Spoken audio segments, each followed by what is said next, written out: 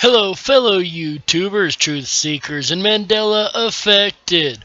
I'm Dark Wolf, and this is Darkwolf's Den. I'd like to thank everybody sincerely for coming today. I really do appreciate it.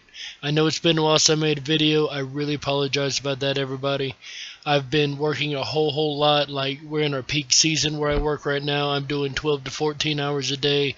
It's really hard to do research and get these videos put together when I'm working that much and trying to rest and all the other things in life. So bear with me, guys. I do have two of them set up right now, ready to go.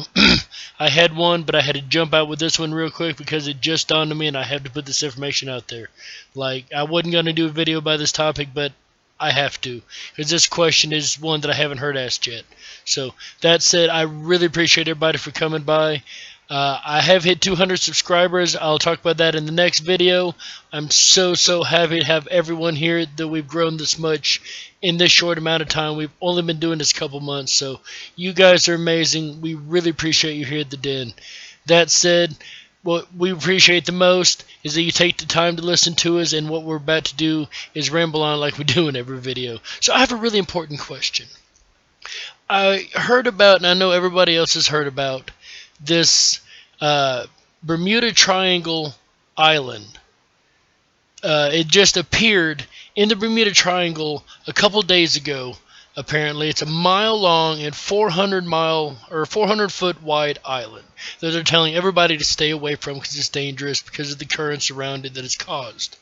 And they say it's full of seashells, which I can't find too wide because it did come out of the ocean apparently. But here's the thing: it couldn't have come upwards because that would have been, explained.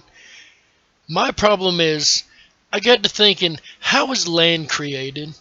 Where did this island come from? Well, when I looked into it, here's what I found. Go and make this a little smaller so you can read it. Hopefully you can read it. It says, Earth's atmosphere and oceans were formed by volcanic activity and outgassing that included water vapor.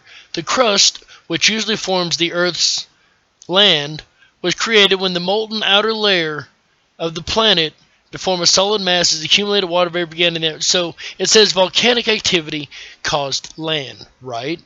That makes sense to me. That's what we were told all our lives in school. Well, I know that sounds like a duh thing. Why are you bringing this up? I promise I have a reason. Because I also looked into the volcanoes under the Bermuda Triangle, and if there were any. And wouldn't you know, I didn't get a single story that actually mentioned volcanoes under the Bermuda Triangle. Now, there's a lot of stories about methane gas that have come out through cracks under the triangle. Okay, I'll buy that. But nowhere does it mention at all of any volcanoes or known volcanoes under the Bermuda Triangle. Now, that said, under the islands of Bermuda, it sits on a volcanic outcropping, I think it was called. But that's still way away from the edge of North Carolina, where this island has popped up out of the blue. Now, take it a step further. I would let this go, except for the fact that, number one, it's in the Bermuda Triangle, and I just did a video on the Bermuda Triangle a while back. But number two, do you remember earlier in the year, we had another crazy pop-up? We had this new continent that came back, I guess, from the bottom of the ocean called Zealandia. So, earlier in February, we had Zealandia come up out of nowhere, right? And this was, it came up from the ocean floor. Okay, that's fine. It raised up. That happens. The Earth is constantly in change.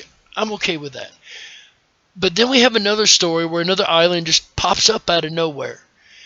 This is quite odd. 3 months ago, the island in the Bermuda Triangle was just a bump. According to reports, for those who haven't heard the story already, someone said they were flying over it in April, and it was merely a bump in the water.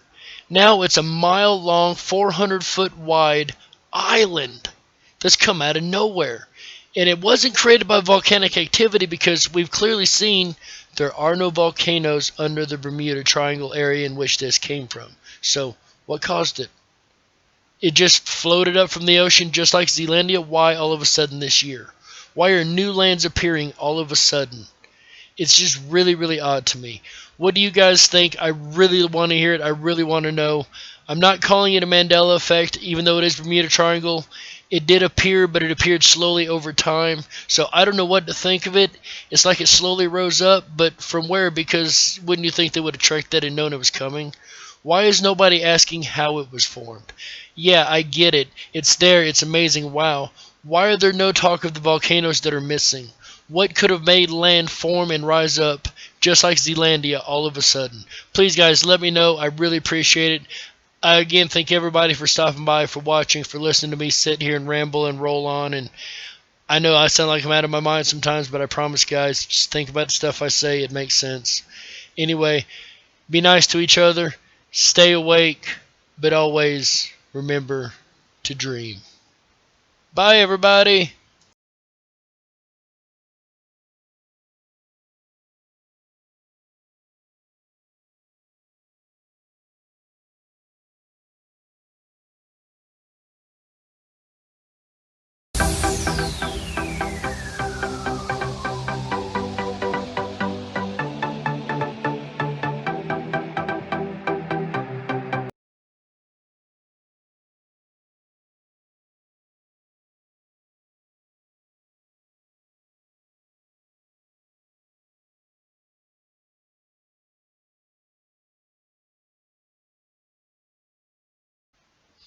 Hello, fellow YouTubers, truth seekers, and Mandela affected.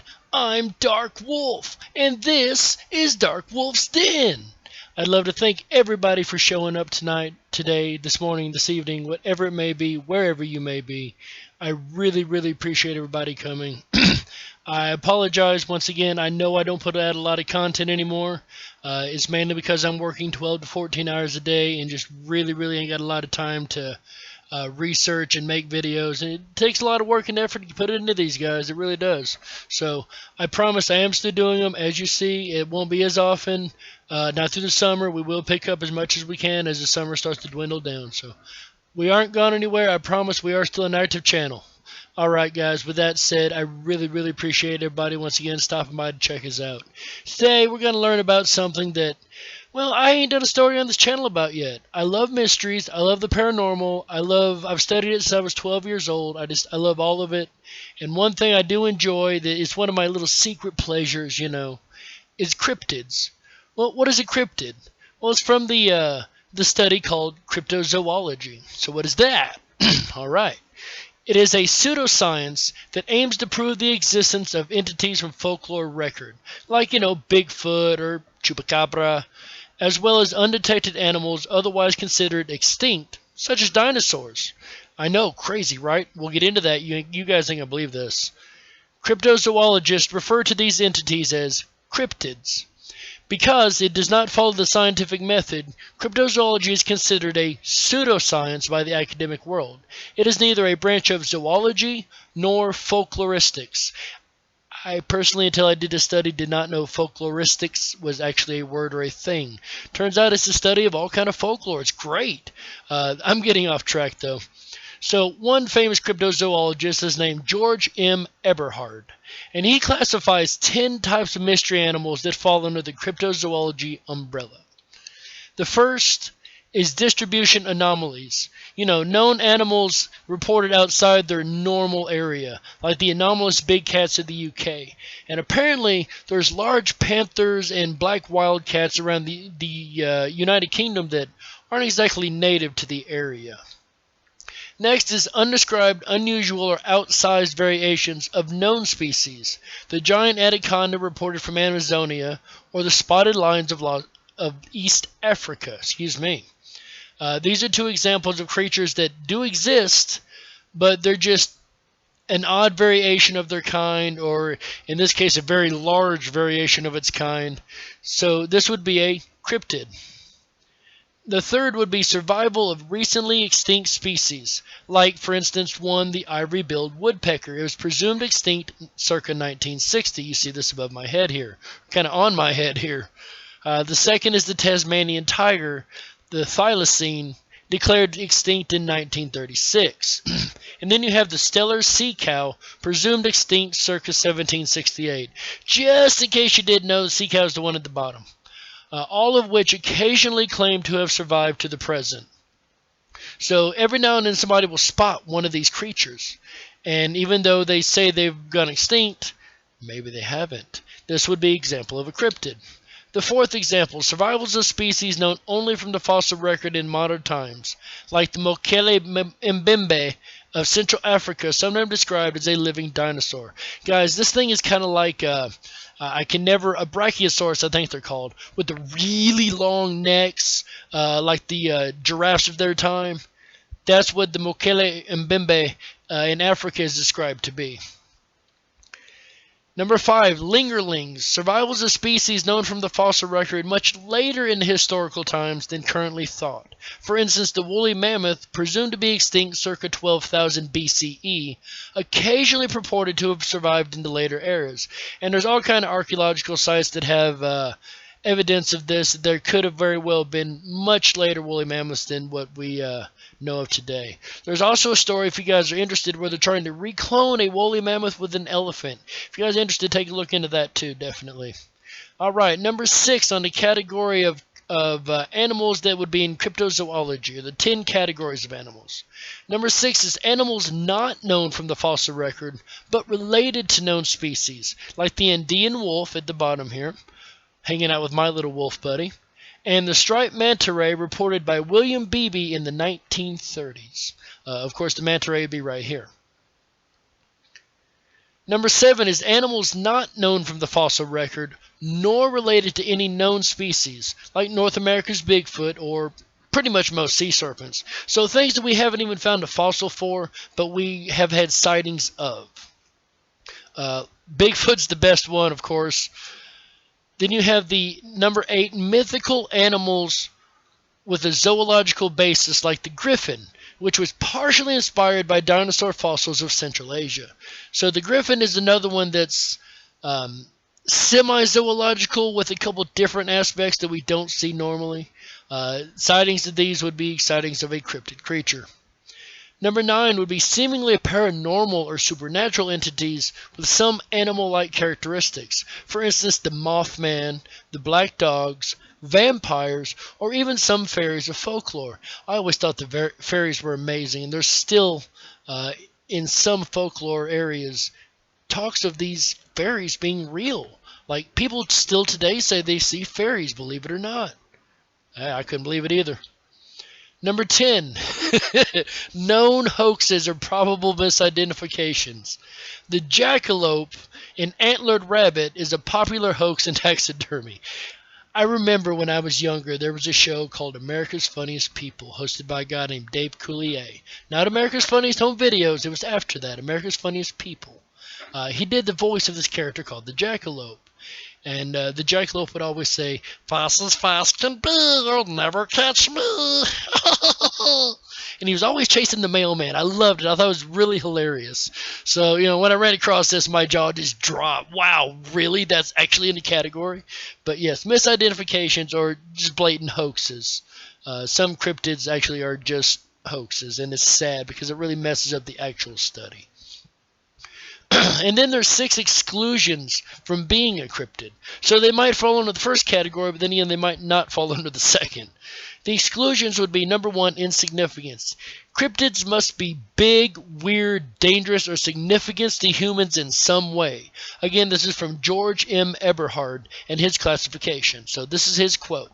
They must be big, weird, and dangerous, or significant to humans in some way. So it has to be... Can't just be an ant, you know what I'm saying? It's got to be something huge, something, wow, what is that? As later on you'll see the list of cryptids that I've put together, exactly what I'm talking about. The second, went the wrong way, didn't I? Second, lack of controversy. Somebody needs to observe a mystery animal, and somebody else needs to discredit the sighting. Cryptozoologists function as the interventions between witnesses and skeptical scientists. And I like to try to function as that myself. I really admired that when I read this, so I had to put it in there. Again, I give all credit to George M. Eberhardt, the cryptozoologist, who made this entire list. But I see myself as a person that tries to take science and what I've studied in the paranormal for many years and try to put them together and, make heads and tails of it. Sometimes it works, sometimes more evidence is needed. Usually, more evidence is needed. All right, I'm getting off track again. I do that a lot, don't I? 6 exclusions from being a cryptid. Number 2 is it's got to be controversial. If it ain't controversial, it's not a cryptid. Number 3, erratics. The out-of-place alligator that turns up in an odd spot, undoubtedly through human agency, like somebody owning an alligator and just releasing it in a bad area, like the middle of the city. That's not a cryptid. Is not a zoological mystery. However, if someone discovers a new species of alligator that lives only in the sewers, that's a completely different matter. So the erratics of it, where they're located, things like that, have to be in play also. Number 4, bizarre humans like zombies. Need I say more? Number 5, angels or demons. The paranormal or supernatural is admitted only if it has an animal shape. A werewolf sighting, which might involve a real dog or wolf, or a mystery child, or canid. And number 6, aliens. Unless the extraterrestrials arrived such extraterrestrials arrived a long time ago, and thus they would classify as residents. So, aliens aren't cryptids, they're aliens. It's a completely different group, and that's a completely different video. I don't know if I've mentioned those in a lot of videos I've done. I don't think I've done one directly on aliens yet. We're going to have to do that sometime, aren't we? Alright, so next we're going to get into what are the actual cryptids. So now we know what a cryptid is, a strange creature, a zoological oddity. So what would a cryptid be? Well, we spoke of Mokele Mbembe earlier. Now we have the Mongolian deathworm. This thing is ugly, isn't it? Give you nightmares. We'll try not to spend a lot of time on this. It's so named for its ability to slay enemies by spewing acid. It is a bright red worm said to reside in most desolate parts of the Gobi Desert.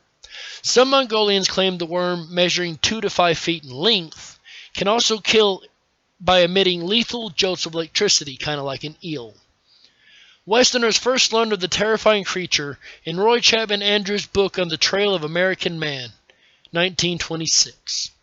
Chapman... Sorry, I lost my place there. That's what happens when you write out your own scripts, right? Chapman, an American paleontologist, didn't believe the bizarre tales he heard from Mongolian officials, but claimed the men seemed convinced of the worm's existence despite never seeing it for themselves. Real or not, the death worm continues to fascinate the Western public. The beast even served as an inspiration for 1990's Tremors. Unfortunately, expeditions in 2005, 2006, and 2007, including one featured on Sci-Fi's Destination Truth, turned up no proof at all of the actual creature. I do remember the movie Tremors, and I loved that movie, but God, are those things creepy. Alright, next we have the ArangPeng. The ArangPeng is a bipedal primate said to inhabit remote forest on the island of Sumatra. Eyewitnesses describe the cryptid as a ground-dwelling animal covered in short fur and standing between 2.5 and 5 feet tall. Unlike other cryptids, the ArangPeng has no shortage of eyewitnesses. Hundreds of people claim to have seen the beast, including nomadic forest dwellers, Indonesian villagers, 20th century Dutch colonists, and modern-day explorers. So this is even seen today in places. British researcher Debbie Martyr spent 15 years researching the ArangPeng and describes the animal as astonishingly powerful. She says, "It is the sheer physical power of the ArangPeng that most impress the Kerinci villagers." End quote. She wrote this in a 1993 article for BBC Wildlife. They speak in awe, she says, of its broad shoulders, huge chest and upper abdomen, and powerful arms. The animal is so strong, the villagers would whisper that it can uproot small trees on its own. End quote. In 2005, National Geographic funded a project to get a photographic proof of the beast, but axed the effort after 4 years and no results. However, even though National Geographic didn't get any results, let's keep in mind there have been a slew of other people that did. The next is in Connie Amba. In Connie Amba, legend has it South Africa's Howick Falls is home to a monstrous serpent with a horse-like head and a volatile nature. Known as Connie Amba, the frightening beast reportedly grows to lengths of 20 feet or more. Cave paintings in the area indicate the tribes of the KwaZulu-Natal province feared the Inikamba for generations and even believed it could influence the weather. Researchers suggest, getting a little ahead of myself there, the legendary serpent might actually be a known species of eel, which we mentioned the eel earlier, how interesting. But locals insist that it is something completely different. In 1996, a local paper offered a handsome reward to anyone who could provide a photo of the legendary beast. 2 photos emerged, though many dismissed them as fakes. Animal X did a feature also on Inikamba, but found no trace of the creature. In Connie Amba, excuse me. Alright, next we have the Thunderbirds. With wings that stretch between 8 and 11 feet, the wandering albatross holds the record for the largest wingspan. However, rumor has it much larger birds soar over America. In 2002, residents of Togiak and Monocatok, Alaska, reported seeing a massive bird that looked like, quote, something from Jurassic Park, end quote. Wow. One man mistook the bird for a small plane, estimating its wingspan to be about 14 feet. Tales of the massive bird near San Antonio have frightened residents for generations, with the most recent sightings occurring in 2007. In 1977, a giant bird in Lawndale, Illinois, was reported to make off with a 10-year-old boy. The crew of Monster Quest investigated Thunderbird claims in 2009, but found no evidence of monstrous birds of prey. However, a Thunderbird is a legendary creature of Native American folklore, named after the sound caused by the animal's massive flapping wings. Cryptozoologists have theorized that the large birds spotted across the U.S. could be pterosaurs or pteratons, species long thought to be extinct. We also know them as pterodactyls. These are very, very ancient legend of the Native American Indians all across the country, all the different tribes, not just one. So I really put a lot of weight into these being existent myself. Alright, next we have the Amela and Tuka. It's like they mess with me on these names, don't they? Okay, the Amela and Tuka, or killer of elephants, is a semi-aquatic creature said to resemble a rhinoceros and live in the shallow waters of the Congo River Basin. Some cryptozoologists and another Congo cryptid, theorize the beast may be a modern-day Triceratops, while others wonder if the Amela and Tuka is another Congo cryptid, the Mokele and Mbembe, and are one and the same. Personally, I think they're 2 different ones. This looks very short and very rhinoceros-like, and it even said it itself, Triceratops-like. I think this is completely different for the Mokele and Mbembe. However, I do find interesting that both of them are in the Congo. One of the very few places that man hasn't completely been able to touch yet. According to native reports, the Amela and Tuka is an elephant-sized beast with smooth skin, floppy ears, and a squat body, which, by the way, doesn't sound anything like Mokele and Mbembe. A single horn protrudes from the creature's snout, which it uses to gore elephants with a single thrust. Tales of Amela and Tuka first reached the West in 1933 thanks to J.E. Hughes' 18 Years on Lake Bangawulu, and I don't have the year for that. Hughes reported that the Waushi tribesmen slaughtered a beast meeting the cryptid's description. Decades later, Dr. Roy P. McCall collected eyewitness accounts of the Amela and Tuka and other cryptids, which he published in 1987's A Living Dinosaur. Okay, so if I covered cryptids and I didn't cover this next one, I would have a lot of my Floridian fans very upset with me. Don't worry, guys, I got you. The skunk ape. This is most Americans know Bigfoot sightings from the Pacific Northwest. Well, this is the Bigfoot of Florida, ladies and gentlemen. It has its own version called the skunk ape. Other names for the foul-smelling creature include swamp ape and Mayaca ape. I'm assuming, I do not know, but I'm assuming in a second it's probably a Native American term. Again, it's assumption, I'm not saying that's what it is. According to eyewitness accounts, the skunk beast is an ape-like creature which runs on 2 feet and smells like a rotten egg. The beast reportedly dwells in Florida's isolated swamp regions, though tales have also emerged from North Carolina. Reports of the cryptid were most common in the 1960s and the 1970s. The United States Park Service claims the skunk ape is nothing more than a myth, but sightings still persist. So even though they're saying it don't exist, doesn't stop people from seeing it. Isn't that a great way to deal with it? Oh, guys, don't worry, it don't exist. You can't see it. We're looking at it, and it don't exist. Love it. Anyway, in 2000, an anonymous woman snapped 2 photos of an ape, mailed them to the Sarasota County Sheriff's Department. She thought it was an escaped orangutan, though cryptozoologists believe it was the skunk ape. Several skunk ape videos and photos have surfaced in the 13 years since, with most recent being a grainy video shot in Sarasota County's Mayaca River State Park on March 2nd, 2013. Alright, the next we have Trunko. Don't worry, I only did 10 of these guys. I won't bore you much longer, I promise. If you're still sticking around, you really, really rock. You guys are true Rockinats and true parts of the Wolfpack, guys. I appreciate it. Alright, Trunko on October 25th, 1924. By the way, I've got a surprise coming up at the end of the video. Stick it around, check it out. Residents of Margate, South Africa saw 2 killer whales battling it out with another unknown beast. One witness said the creature looked like a giant polar bear, while others claimed it had white fur and an elephant-like trunk, thus inspiring the nickname Trunko. According to eyewitness reports, Trunko gave the killer whales a good fight and could even leap 20 or more feet into the air.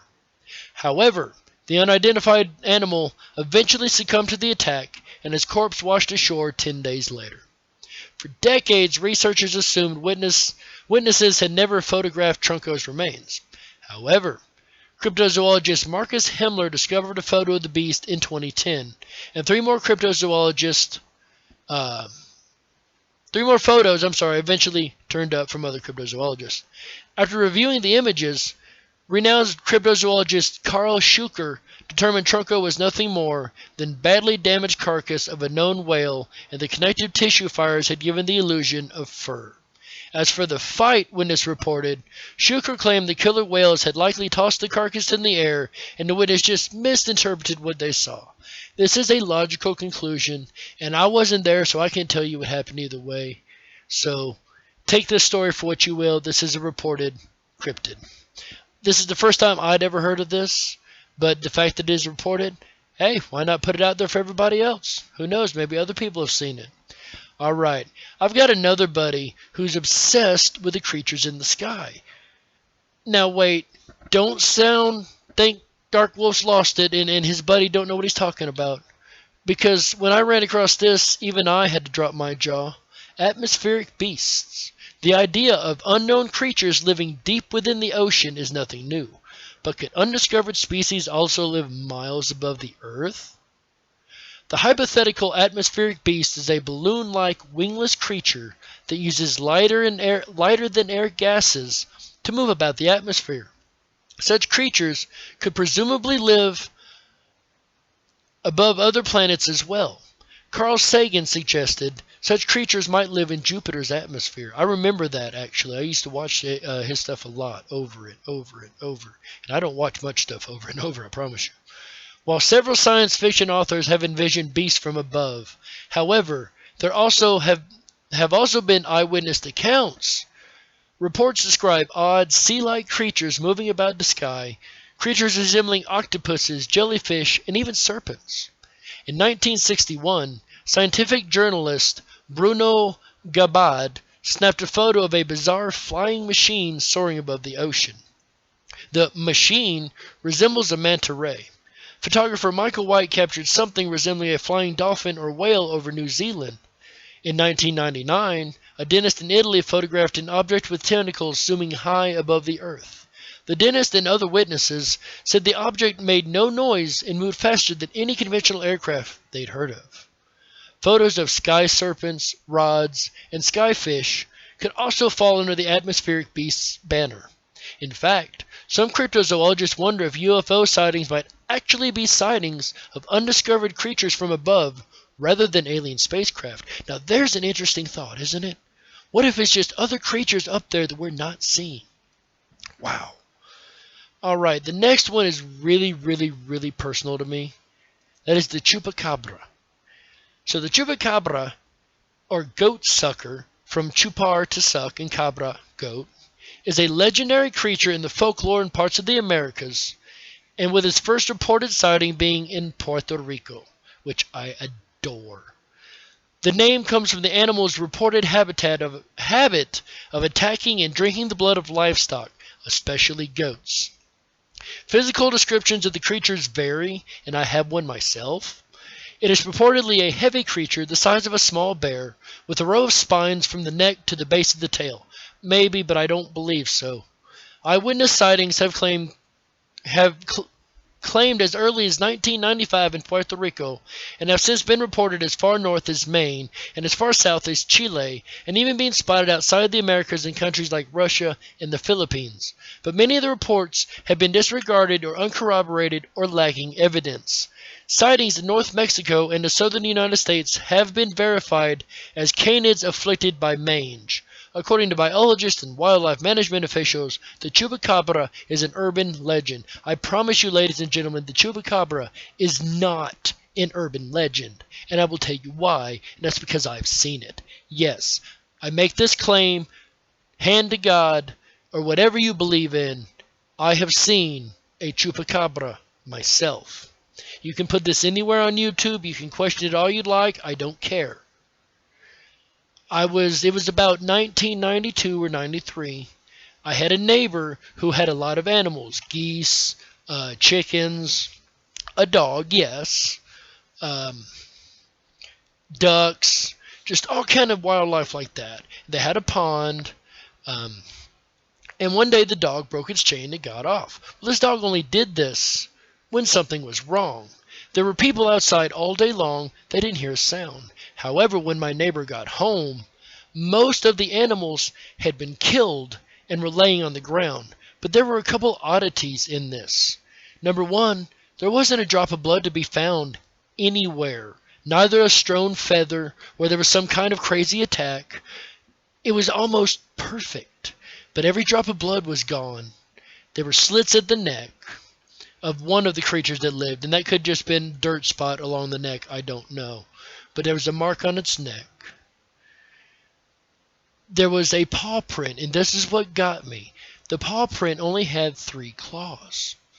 A 3-claw pad is not of a known common creature, at least not in my area. I know because for years I would look at different tracking books and try to find the match to what I'd seen with my own 2 eyes. Years later, I was watching a show called Paranormal Borderline with Will Frakes, who played Will Riker on Star Trek Next Generation. Jonathan Frakes, I'm sorry, who played Will Riker. Anyway, this show was called Paranormal Borderline and spoke of this creature called the Chupacabra. And when it did, I almost lost my mind because it's the exact same experience I'd had 3 years prior. 2 to 3 years. Also, I seen a very small, low to the ground, black creature with no tail and red eyes. It did not have spikes. It had black laid-back fur. Now, that could have raised into spikes like a porcupine. I don't know. But I seen this creature twice. And I had my sister and my father with me also when we seen it. My father, an avid hunter, knows his animals and could not spot what this creature was either. It was at the same time of the killings. The only 2 things that both properties had in common was a pond or a water source. So I really truly believe I seen a Chupacabra, at least the evidence of a Chupacabra, even if the creature that I saw was not.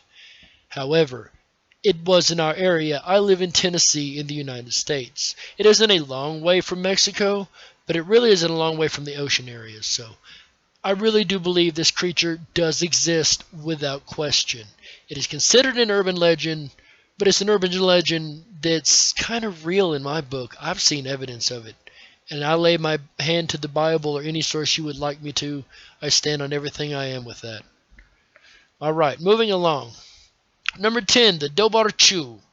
This is the last one, I promise. The Dobar Chu is a giant carnivorous river monster that lives in Ireland. It is said that the Dobar Chu is a mix between a beaver and a dog. Yeah, weird, huh? Many people have said that maybe this creature is a primitive beaver. However, the most consistent ancient description is of a great otter. There is, interestingly, an archaeological remain called Kinlow Stone that is the gravestone of a woman who was killed by a Dobar Chu in the 17th century. Her name was Graine, Grainne. There you go, guys. Dobar Chu is reported to have lived for a long time, since ancient Ireland, and they're very aggressive to humans and dogs. They usually attack in groups, or maybe two. They are aggressive to humans, or maybe two Dobar Chus, so one will attack first, then, if it becomes tired, the friends may come to help. Then they will drag their victim into water, but if the enemy runs away, they will follow it until it is caught. But modern-day Dobar Chu are very rare or maybe extinct. It is reported and can be found in the Akil Island west of County Mayo. In this island, there is a lake named Srishan's Log. Dobar Chu is said to live there for now. The island there is the first modern sighting noted in a description of West Connaught by Roderick O'Flaherty, if that isn't an Irish name. Another story in 2003 by Ireland artist Sean Corcoran and his wife on a Dobar Chu in Omi Island, Connemara. They reportedly saw a giant creature with dark colorings and membranes on the feet to swim. I'm sorry, guys. I'm jacking this all up right now. Another piece of proof is the Glenade Stone found in Cornwall graveyard, where a Dobar Chu figure painted above the grave. So, ladies and gentlemen, that was the top 10 list of cryptids and explanations of what a cryptid is and what a cryptozoologist is. This is long overdue for my channels. This will be in the mystery series. I really appreciate you guys sticking by. I know I'm rehashing or repeating a lot of information, but some of these I had never heard of before, so I'm sure you guys haven't either. So, like I said earlier, I have a small surprise for you guys before I go. Our subscriber count has been jumping up and down, and I know it's because I haven't made a video. I really do, guys, and I apologize for that. But I really want to give something back to my subscribers. I love giving back to people who have helped me along the way.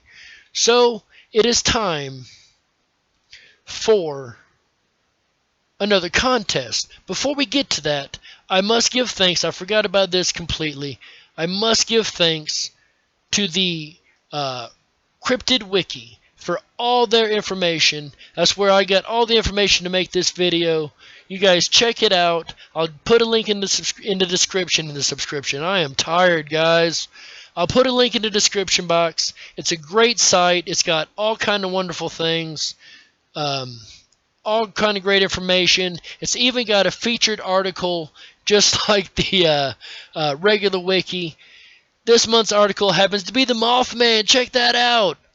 I swear, guys, I did not know this when I made the video.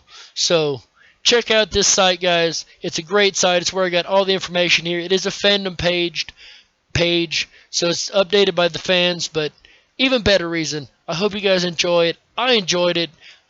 I don't know what else to say. Thank you guys for letting me use your information. Alright. So, like I said, guys, I appreciate everyone. And we do have a special surprise announcement. We have a new contest. We have hit 200 subscribers and stayed there for more than a day. It's great. I swear, guys, I've been watching this thing. It's going up and down. 200, 199, 201, 198. It's bouncing back and forth. So we're setting at 200 now. I think we've leveled out. So it's time for a celebration, everybody. Here's the contest rules. Last time, everybody came to me and said, well, not everybody, a lot of people came to me and said, Darkwolf, we love that you're doing this, but we're not artistic. The last one was for the contest art. They said, Darkwolf, we love it, but we can't enter. We're not artistic. I promise, guys, I'm not artistic either. Why do you think I had to run a contest to get it to begin with? But that said, we have some new rules for the contest, guys. Check it out. Number 1, you must be a subscriber to this channel. It's not much to ask. If you like what we're doing, I hope you like what we're doing. Please hit that subscribe button so you can make sure to keep up with us. Hit the like button. And ring the bell next to the subscribe button if you want to get updates every time I drop a video, which here recently has not been often, so you really might want to hit that bell. I don't want you guys to miss it when I am able to make one. Like I said, be a subscriber. I can go back through all my subscribers, so yes, I do know who are subscribers to my channel, all 200 of you. So glad you're here. I really, really appreciate it. And I appreciate it so much that the next one is just leave a comment under the video. If you want to be entered into this contest, leave a comment. I don't care if you tell me how your day was. Let me know of any cryptids I didn't cover. I know there are hundreds of cryptids I didn't cover. I could only hit 10. Believe me, I went through a pile of them when I was researching this. Let me know what else you'd like to see me do on the channel. Anything. Just leave me a wonderful comment below, guys. And that enters you into the contest. It's just that simple. Just that simple. It's that simple. Oh yeah, one more rule. There's a little bit more to it. Check this out, guys. Be kind to each other. Is that not easy? Sometimes it ain't easy. There are people that make it really, really hard to do this. I know. I work in a public facility. So be kind to each other. Please, guys, I beg of you, be kind to each other. That's the rules. You want to enter the contest? There you go. Well, what's the prize? Well, Cliff High has not updated the Alta report lately, in the last 2 months, as a matter of fact. I'm a little worried about him. He's had a wrist surgery, so maybe that's the reason. But hopefully he gets that updated soon. Here's the deal. It'll either be the new Alta report. You can hold off till he drops a new one. It'll be your choice. Or it can be a past Alta report that you haven't been able to read yet. These are predictions through 2048. So it's not old information. Some of it hasn't happened. A lot of it hasn't happened yet. You guys go check it out, please. If you want to buy one yourself, they're $15. This is a $15 valued prize that I pay for myself out of pocket. I have no problem doing that for you guys. That's how much I appreciate my fans. I'm willing to pay out of pocket for stuff for you guys. That's not a problem.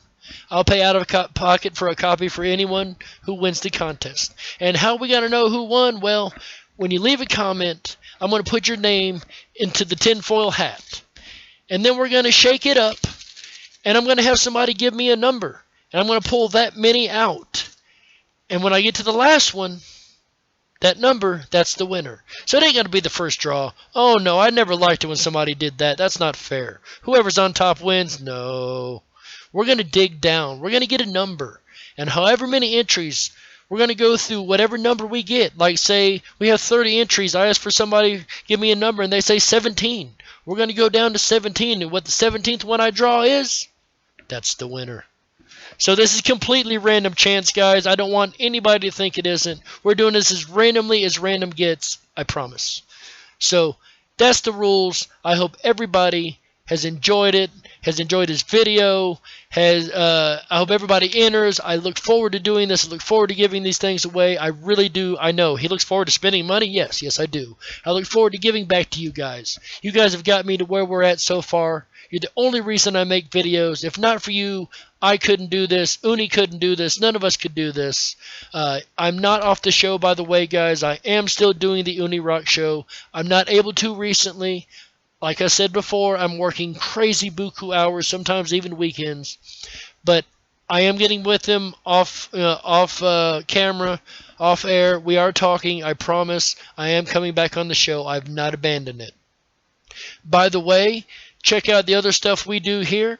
We got the Rockinati show. We got the Unsealable Door of India. We've got the Mandela Effect Theory series.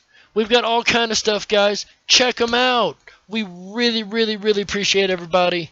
Again, I hope everybody's enjoyed this. And, oh no, guys, they're closing the door. I gotta hurry up. Bye, guys. Y'all have a great day. Bye.